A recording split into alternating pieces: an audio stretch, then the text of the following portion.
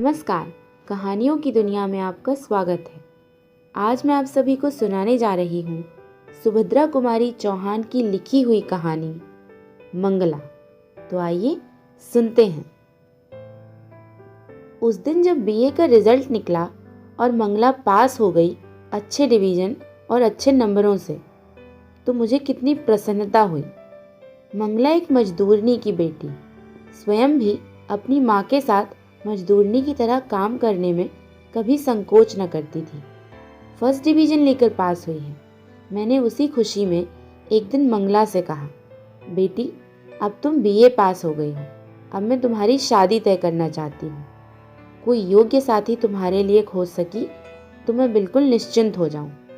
संतान के प्रति माँ बाप की जो जिम्मेदारी होती है वह पूरी हो जावे।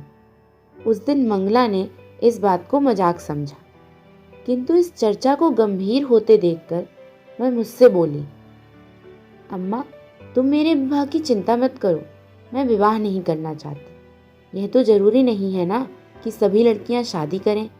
मैं तो तुम्हारे ही साथ रहकर तुम्हारी सेवा करना चाहती हूँ। अभी तक तुमने जो कष्ट उठाया है, अब मैं तुम्हारे लिए कुछ करना चाहती हूँ। तुम्हें आराम से रखूंगी। जब मैं कुछ करने धरने के लायक हुई तब मैं विवाह करके कहीं चली जाना नहीं चाहती।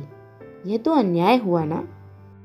एक माँ अपने बच्चे से इससे अधिक और क्या चाहेगी। सच, मेरा मातृत्व आज सफल हो गया। मैं एक योग्य संतान की माँ हूँ, इससे मुझे बड़ा संतोष मिला। इस बेटी से अलग होकर मुझसे भी न रहा जाएगा, यह मैं जानती थी। पर इसी बीच सुदर्शन से भी कई बार मिल चुकी थी, तो सच तो यह है कि मैं सुदर्शन को प्यार करने लगी थी।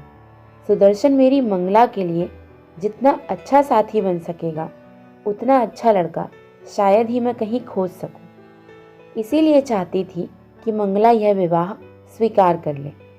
मैंने मंगला से कहा, बेटी मेरा विश्वास है कि शादी तो तुम्हें करनी चाहिए। मैं सदा जीती तो ना रहूँगी और तुम्हें तब एक साथी का अभाव खटकेगा।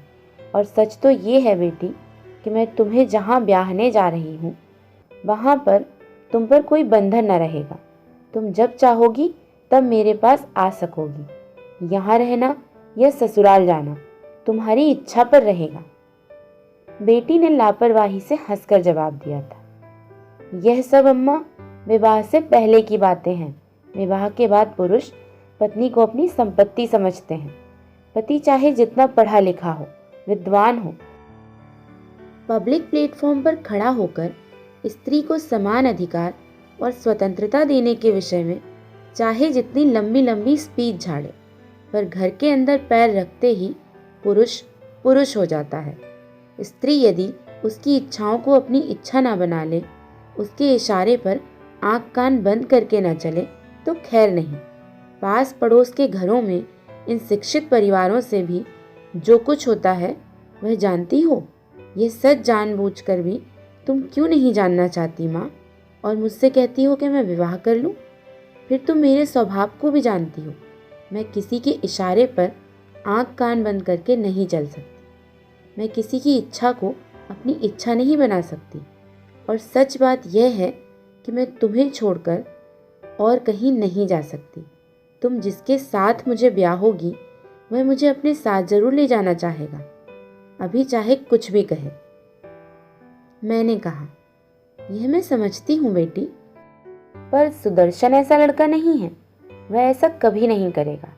वह बहुत ही भला और नेक लड़का है।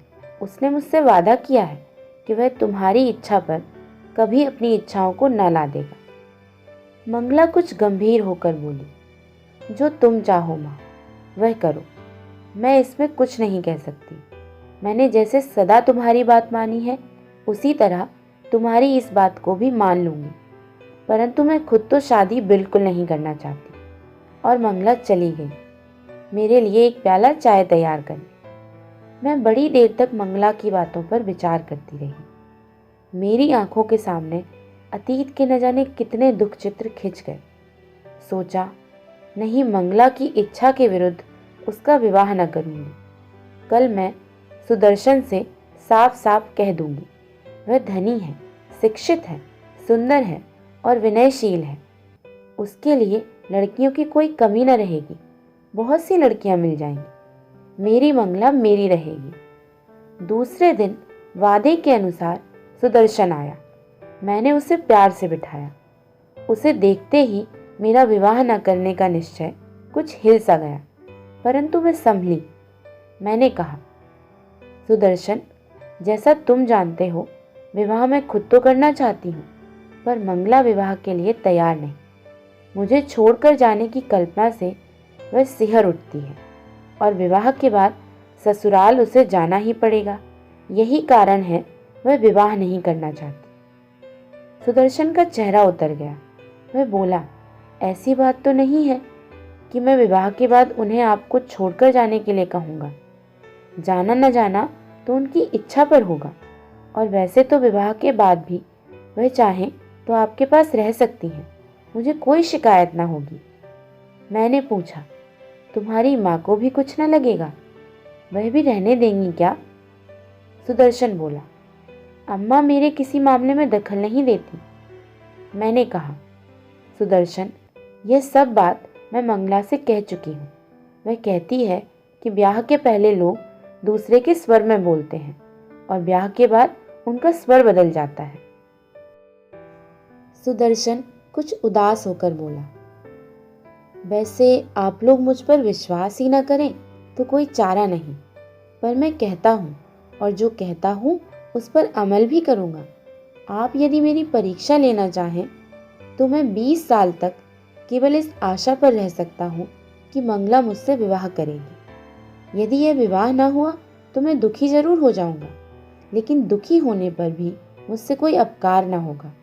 मैं रास्ते से अलग हो जाऊँगा। और मेरा माँ का हृदय जो ठहरा, मैं द्रवित हो उठी। मैंने कहा, अब तुम्हें कुछ और कहने की ज़रूरत नहीं।